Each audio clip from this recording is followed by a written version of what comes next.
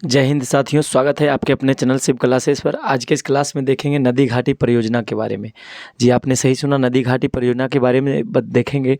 और ये जो पीडीएफ दिख रहा है आपको, ये ज्ञान बिंदु जो है रोशन आनंद सर का पीडीएफ है। इसमें हम दिखाएंगे कि किस तरह से मतलब दर्शाया गया है, इसमें जो है क्या क्या नदी घाटी परियोजना के बारे में जानकारी प्राप्त करेंगे।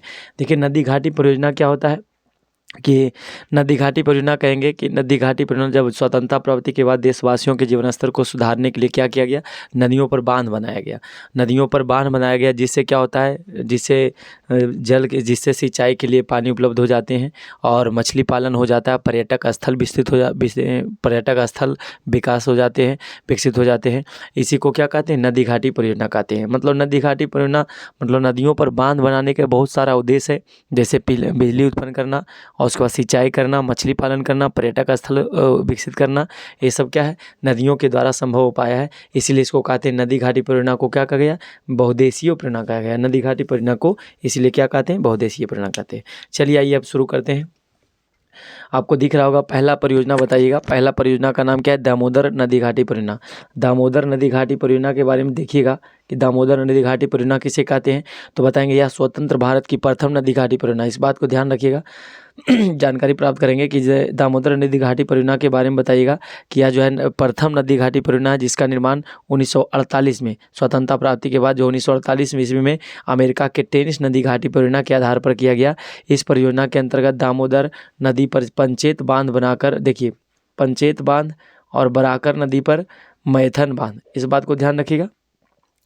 और बाला पहाड़ी एवं तिलैया बांध तथा कोनारी नदी पर कोनारी बांध का निर्माण किया गया है। ये सब क्या है, बांध बनाया गया है। मतलब तिलैया बांध बनाया गया है, तिलैया बांध हो गया, और कोनारी नदी पर कोनारी बांध हो गया। ये सब का निर्माण किया गया है। इसको कहते हैं नदी घाटी परियोजना तो है, लेकिन किस बारे में बताएंगे, दामोदर नदी घाटी परियोजना।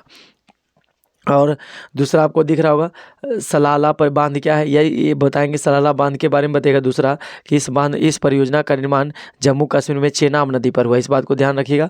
बस मुख्य पॉइंट ये रखना है कि चेनाब नदी पर किया गया है कौन बांध, सलाला बांध का जो है। और तीसरा बताइएगा, बगलिहार परियोजना किस नदी पर है, तो बताएंगे जम्मू कश्मीर में चेनाब नदी पर। ये भी क्या है, चेनाब में, जम्मू कश्मीर में है। और दुलहस्ती परियोजना आपसे पूछा जा सकता है, इंपॉर्टेंट है। दुलहस्ती परियोजना के बारे में बताएंगे। इस परियोजना का निर्माण जम्मू कश्मीर में हुआ है, और कहाँ पर हुआ, तो चेनाब नदी पर हुआ। चेनाब नदी पर कहाँ, तो जम्मू कश्मीर में हुआ है। और तुलबुल परियोजना और उरी परियोजना जो है, इस परियोजना का निर्माण झेलम नदी पर किया गया। याद रखिएगा, झेलम नदी पर कौन परियोजना, तुलबुल और उरी परियोजना। और थिन सागर परियोजना और रंजीत सागर परियोजना की बात करेगा तो बताएगा इसका निर्माण पंजाब में रावी नदी पर हुआ, किया गया है। थिन सागर के बारे में बताएंगे। थिन सागर एक है, थिन सागर परियोजना, और कौन, रंजीत सागर परियोजना। ये सब कहाँ विकास किया गया है, रावी नदी पर, जो पंजाब में, रावी नदी पर पंजाब में। और बताएंगे पोंग परियोजना कहाँ, पोंग परियोजना और मंडी परियोजना के बारे में बताएगा कि हिमाचल प्रदेश में ब्यास नदी पर किया गया है। और चमेरा बांध परियोजना एक है, चमेरा बांध परियोजना बताएंगे। यह परियोजना रावी नदी के तट पर थे। कौन नदी सा, रावी नदी पर, हिमाचल प्रदेश में है। आप आज जगह का नाम रखिएगा, चमेरा बांध परियोजना किस नदी पर, तो रावी नदी पर। कहाँ है, तो हिमाचल प्रदेश में है। और आगे बढ़ते हैं तो आपको आगे दिख रहा होगा, आगे चलेंगे तो हमारा दिख रहा होगा नाथपा झाकरी परियोजना कहाँ है, तो यह परियोजना हिमाचल प्रदेश में है। यह परियोजना बताएंगे हिमाचल प्रदेश में सतलज नदी पर। कौन सा नदी पर, सतलज नदी पर है। और आगे बात करें तो आगे ध्यान रखिएगा, आगे देखिए भाखड़ा नंगल परियोजना है, काफ़ी इंपॉर्टेंट है। भाखड़ा नंगल परियोजना जो आपसे पूछा जा सकता है, भाखड़ा नंगल परियोजना के बारे में, तो बताएंगे यह परियोजना जो है सतलज नदी पर। कौन सा नदी पर, सतलज नदी पर है। और कहाँ है, तो पंजाब राज्य में। यह बताएंगे सतलज नदी पर, पंजाब में स्थित है। और यह देश की सबसे बड़ी बहुउद्देशीय परियोजना है। देश की सबसे बड़ी बहुउद्देशीय परियोजना कौन है, तो भाखड़ा नंगल परियोजना है।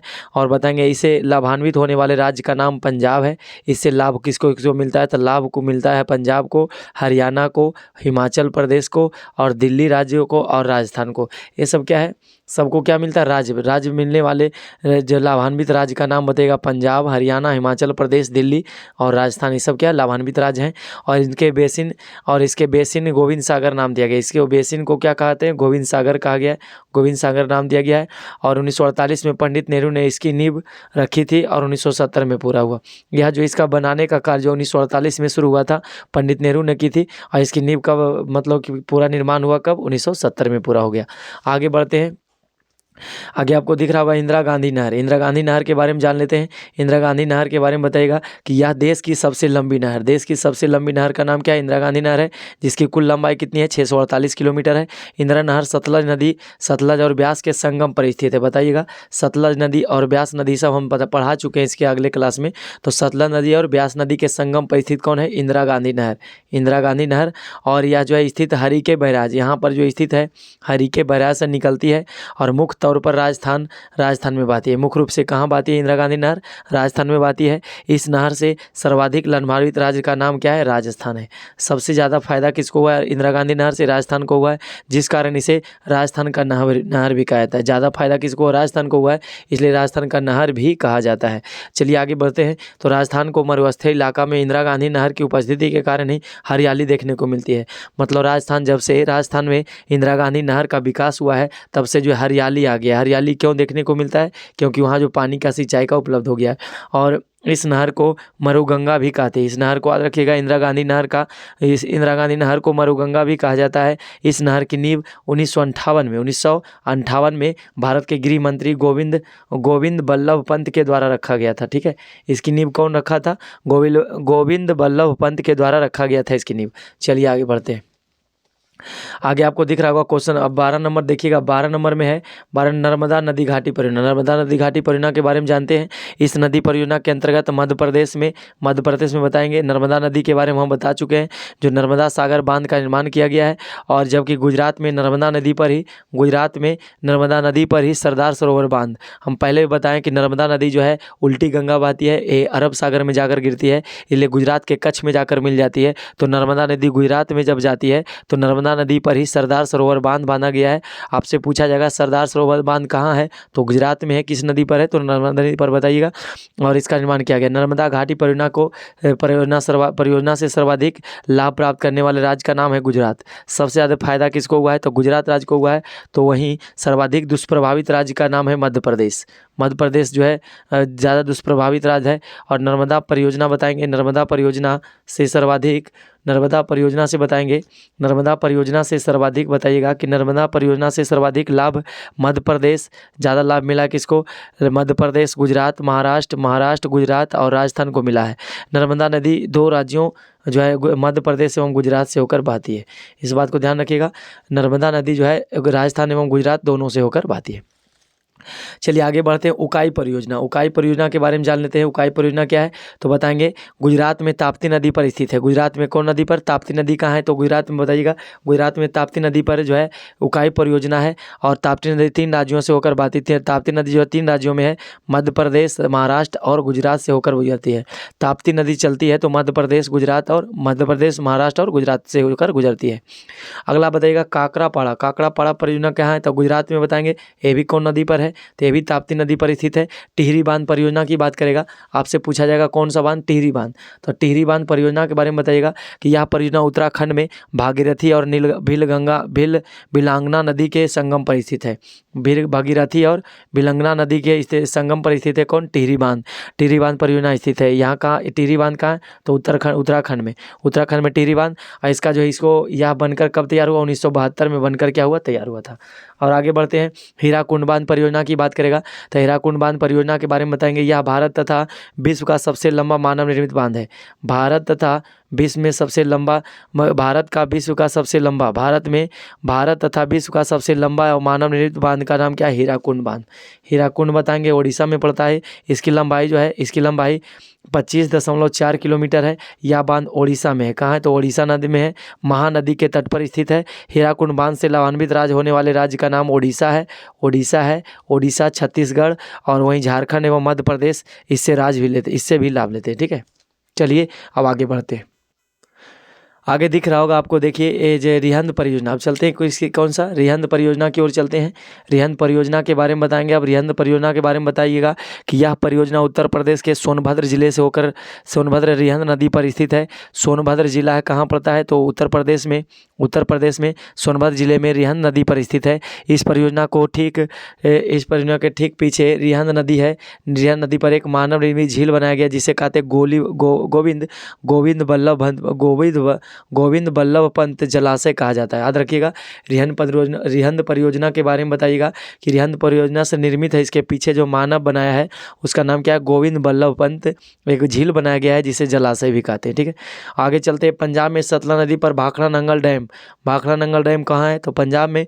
और गोविंद सागर झील भी कहाँ है, तो पंजाब में स्थित है, जो मानव निर्मित है। ये सब क्या है, पंजाब में स्थित। जो बताइएगा, पंजाब में सतलज नदी पर भाखड़ा नंगल डैम के पीछे गोविंद सागर झील है। गोविंद बल्लभ पंत जो है रिहंद परियोजना के पीछे बताएंगे उत्तर प्रदेश के गोविंद बल्लभ पंत है।